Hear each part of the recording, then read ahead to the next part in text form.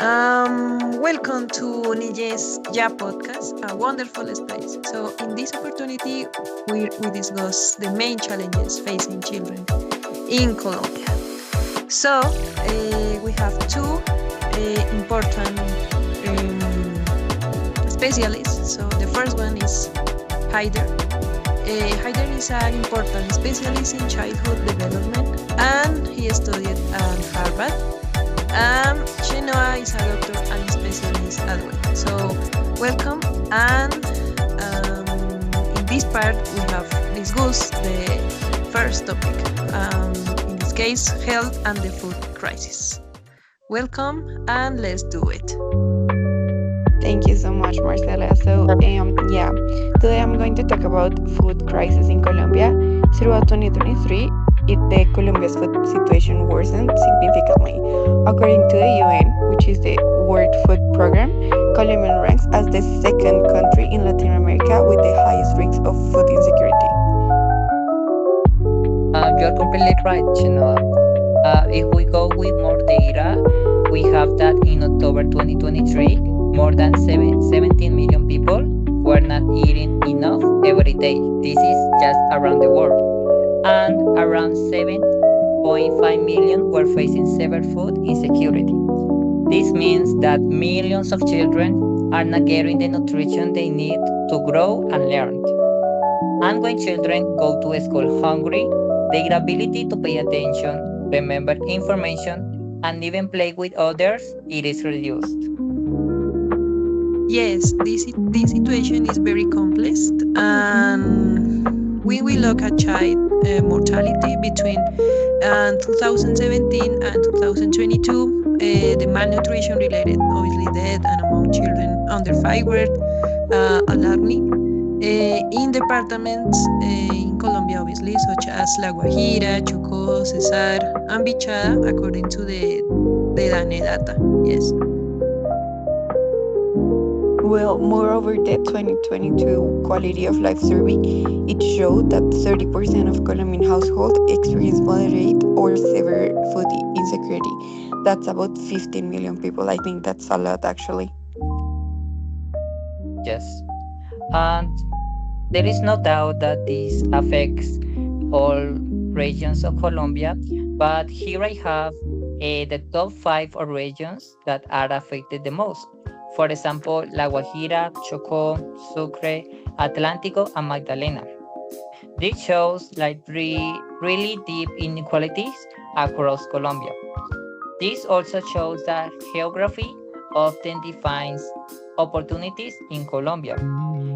Where a child is born can still determine if the child is going to eat well, or if he's going to go to school, or is going to face chronic malnutrition. Yes, so in this part we discuss about the education and equality. It means but health isn't the only change, obviously, and education is also facing major gaps. So the report shows that the Colombian government has increased the national education with a lot important contribution related to the money. And for example, in this case, we compare the contribution with the year 2017. And in the last year, this contribution increased in this case than 70 trillion in the last year, obviously. Yeah, well, that's good news. However, increasing the budget is not enough. The goal is to ensure that investment translates into better quality, broader access, and greater quality, especially in rural and low-income areas. This is not something that is assured just by increasing or assigning more money to education, because we also need to improve our standards so children get more quality education. Yes, just like Chenoa said, even though that those are good news, the budget it is ignored. So, according to the general system of participation, most of these resources go to infrastructure, public services, and teacher training. However, investment should also reach students directly. For example, through learning materials, inclusive programs, and access to technology. This helps to also improve the life of students. Yes, this is a good news to increase the education, but in this case, it's not only related to the money. So the idea is create the important strategies to improve this learning and reduce dropout rates.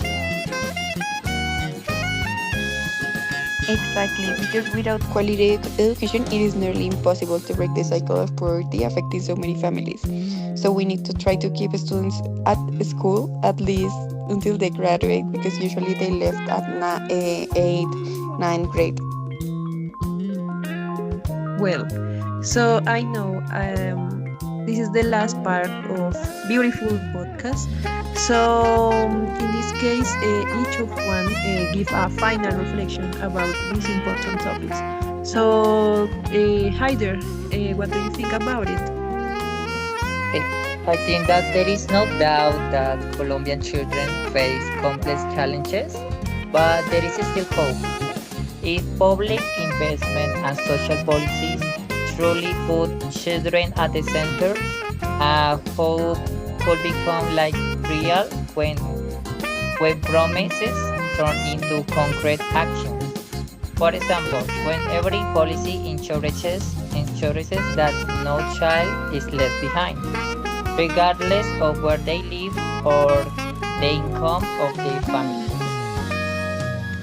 Yes, and guaranteeing children access to food and education isn't just about development. So the idea is about the social justice and the country's future.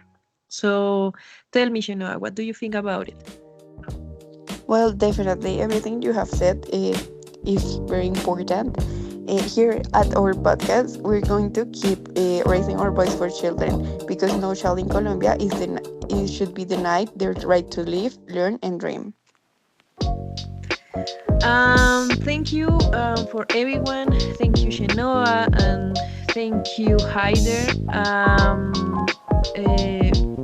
Thank you for all comments and your important time present in this podcast. So, see you the next opportunity. Bye, guys. Bye. Thank you so much for the opportunity. Bye. Thank you for inviting me.